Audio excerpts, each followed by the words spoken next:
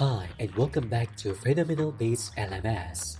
After completing your sign up, you are required to do a student registration. Here's a quick guide.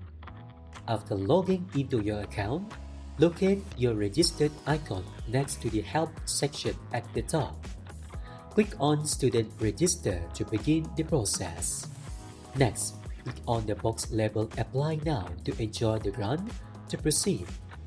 If you have a referral code, you can enter it in the provided section. This step is optional. Now, fill in all your personal information. Once completed, upload a copy of your ID and your education certificate. Then, check the box to agree to our terms and conditions. To finalize your registration, pay the $200 registration fee using either credit or debit card or crypto payment. For crypto payment, please read the important note and follow the steps carefully.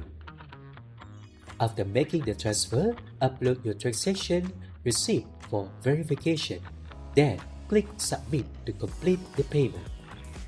For credit or debit card payment, simply enter your card details and click Submit to process your transaction.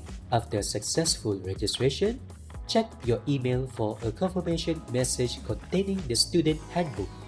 We highly recommend downloading it for future reference and detailed information about our dual diploma program.